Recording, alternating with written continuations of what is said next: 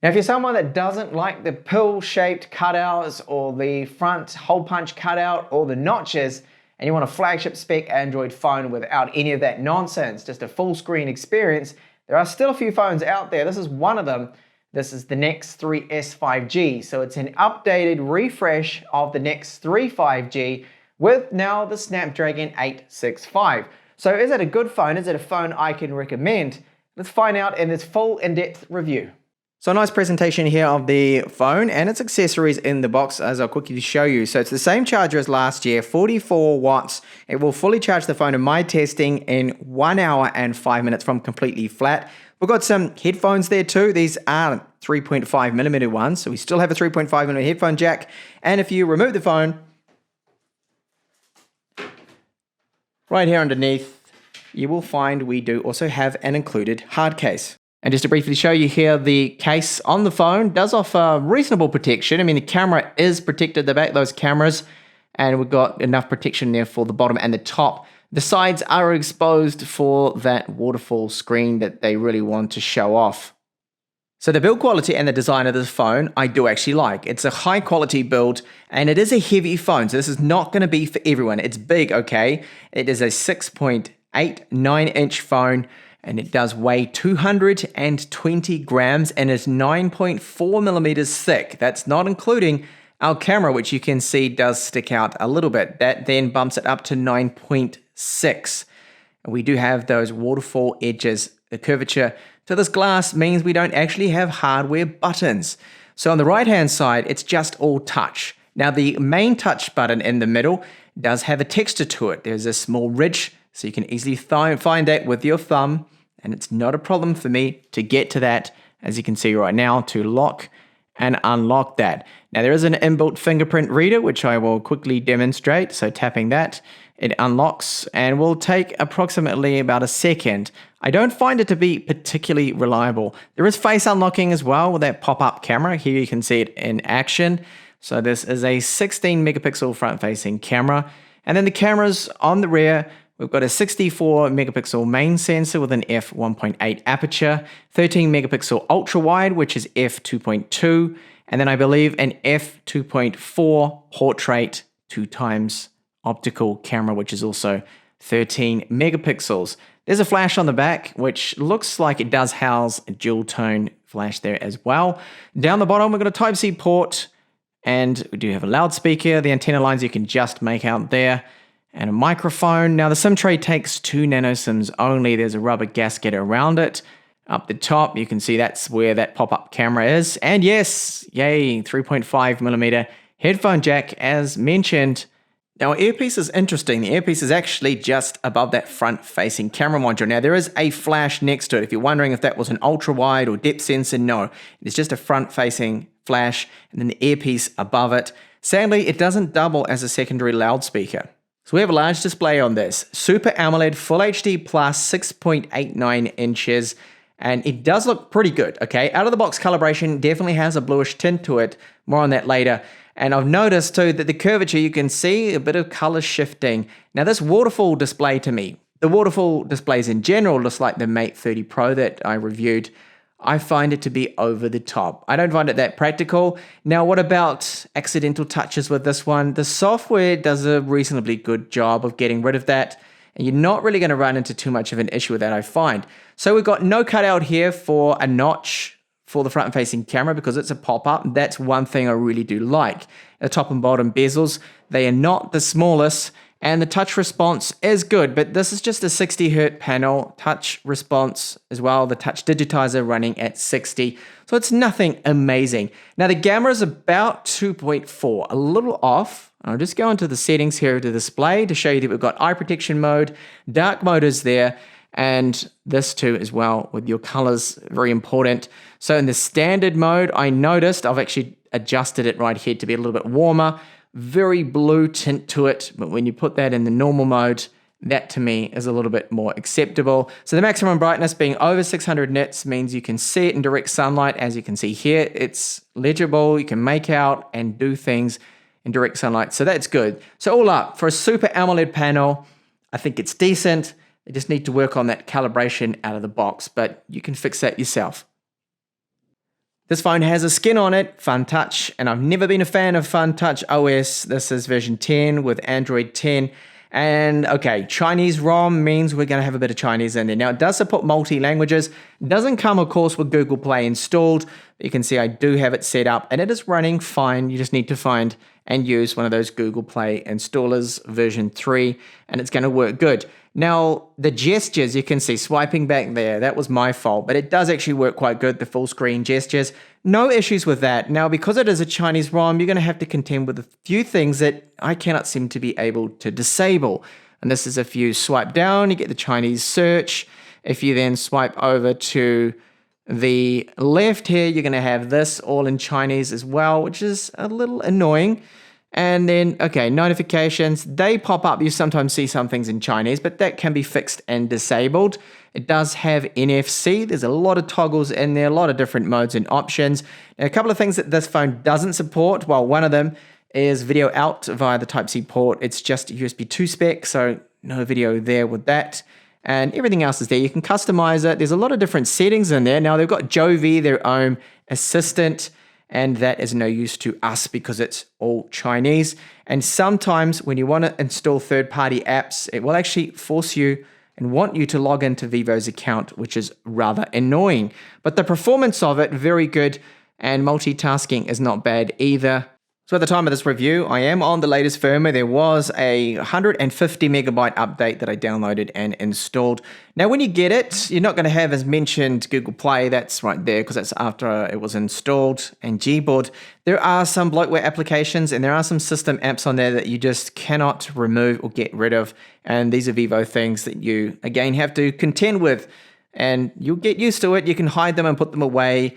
But really, it is a bit of an annoyance to me. Now, those pressure-sensitive buttons, you can increase the sensitivity on them to slide it to the light, so they work a little bit better, but they still do not work for me like hardware buttons. I prefer hardware buttons any day. Camera 2 API support, level 3 maximum, so full access to all the features of the camera hardware, which is great. Widevine level 3 support, as expected for a Chinese phone. This does not surprise me that they would have this. They don't bother with Widevine level 1 normally. So that means Netflix, you can't actually get it from Google Play Store. You need to sideload it or find an APK file and then install it. And it's going to be in standard definition. Wireless is really fast on this. Good range, no problems. Now 4G as well is working very good for me. No problems there either. And 750 megabits per second is right up there with other flagships. Just like this, the internal storage. So UFS 3.1 spec. Really quick. Look at those sequential reads and then take a look at the random reads there as well. That is very, very quick. No bottlenecks here at all. And the performance of that Snapdragon 865 with the Adreno 650 GPU, really, really good here. As you'll see with a score that's getting up there to almost 600,000 with Antutu. This is version 8.3.1 that I did actually get from Vivo's App Store because this has been removed now for some time from Google Play, which is slightly annoying. Battery life, really good. So 4,500 milliamp hour battery, and it is solid, absolute solid performance here. 14 hours and 40 minutes makes it one of the highest. In fact, this is over the Mi Note 10 that got 14 and 20 minutes, I think it was. And this, of course, is a very efficient chip. That's Snapdragon 865. Dual frequency GPS is on board here. It does work well, no problems, with an accuracy of about 3 meters, like every single other flagship phone I've reviewed. Onto our audio quality. So 3.5 millimeter headphone jack on here is average. To be honest, I think the Redmi Note 9S that I just reviewed actually has better 3.5 millimeter output than this one. Slightly louder, slightly crisper, cleaner. It just doesn't seem that great. Not that well optimized to me. Now, single downward firing loudspeaker. Its loudness is okay. There's a bit of bass to it. I just wish they had a second loudspeaker in that earpiece, but here's a sample of it now.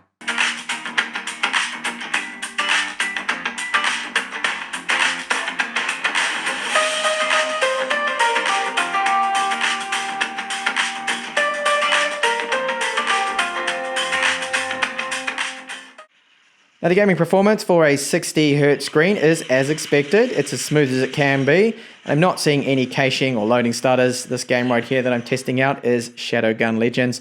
It can make even some Snapdragon 855 Plus phones or even 865s choke with the occasional little loading in stutters, but I'm not seeing it with this one. Now, this is no gaming phone. If you wanted the absolute best in terms of gaming performance, especially with games that support high refresh rates with the screens, then go for something like the Red Magic 5G or the Black Shark or Zeus Republic of Gamers for the absolute best in terms of a gaming phone with those higher refresh rate screens. So very quickly here, taking a look at our stock camera app. So I'm using the ultra wide camera at the moment. Tapping here is our 64 megapixel main camera, and then the 2x 13 megapixel portrait modes, video modes.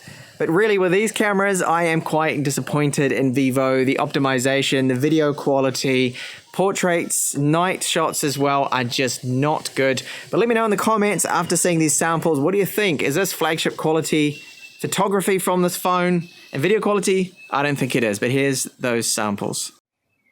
This is a sample now of 4K, so the sharpness is good. Our bitrate is 128 kilobits per second, but you'll notice that it is shaking around all over the place. And this is really disappointing to see that a flagship phone like this in 2020 does not have electronic image stabilization with 4K. The focus seems to work okay with a 64 megapixel sensor. It's just I hope in a future firmware update, they can at least enable and give us that EIS with 4K video. And unfortunately with the front-facing camera, which only has a 1080p maximum video resolution here, we also lack electronic image stabilization. You can see as I walk ahead now that it does shake around all over the place. So this phone, we are going to need to use a gimbal in order to get really good steady footage for those vloggers out there that do shoot a lot of front-facing video. Now it does have an anti-shake mode, they call it, which is their super steady video mode, which is 60 frames per second, 1080p. Now this video is being shot in 30 frames per second, my review, so I've just upscaled it to 4K. I'll run ahead to show you that the super steady mode here, super anti-shake they call it, works reasonably well, but it's probably not the most steady that I have seen. Not quite as good as, say, the Samsung S10 Plus that I own, and other phones with super steady modes.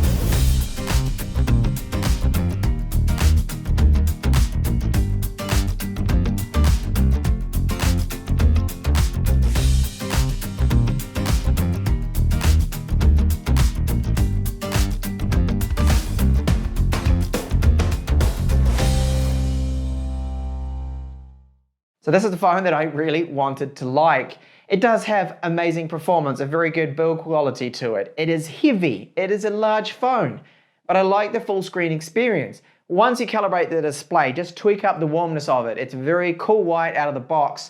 It's not a bad display at all. You can still see it in direct sunlight. The touch response is fine. Okay, the waterfall edges to me is just overkill. It's over the top, and I'm glad to see this year Samsung brought out pretty much flat panels with a tiny little bit of a curve to it. This kind of curvature, when you have to give up hardware, physical, power on buttons, and volume buttons, to me is a big no-no. I mean, the touch controls, just like the Mate 30 Pro, are hit and miss. They're not always going to work all the time. Even increasing the sensitivity on those touch controls, putting it up to a very soft touch, it sometimes doesn't really trigger. And then, okay, the edges if you need to select something on a game, you need to tap right on the edge, it sometimes doesn't register, and then there you are tapping again. That's just on the edges. Accidental touches though, when holding it, are not a problem. So Vivo's done well with that. But their software, Vivo's Fun Touch, is an operating system, the skin on Android 10 that I'm not fond of. There's just so many compromises with it. And then take a look at their camera optimization. Video is pretty poor. I mean, it's terrible for a flagship. Come on. I have seen budget phones take better daylight images than this, and even better low light images. Low light performance, their night shot mode clearly needs a huge amount of optimization. And this has been out since the 14th of March now. They've had a little bit of time. They've had a couple of weeks. So there should be hopefully a patch coming out. But I'm not going to hang around. I'm not going to hang on to this phone to see if they fix that or not, because the lack of image stabilization on video, the lack of features, this software makes it a phone with a lot of potential, but it's just never going to get there, I think, with FunTouch OS. This is just too set up for the Chinese market, and for that, I just cannot recommend this one. So if you had your sights set on it, I think look at other options out there. For the 650 euros this is selling for approximately, it is simply not worth it. Thank you so much for watching this review. I hope you're all well, keeping safe, keeping indoors, and I'll see you back again with another up-and-coming review shortly.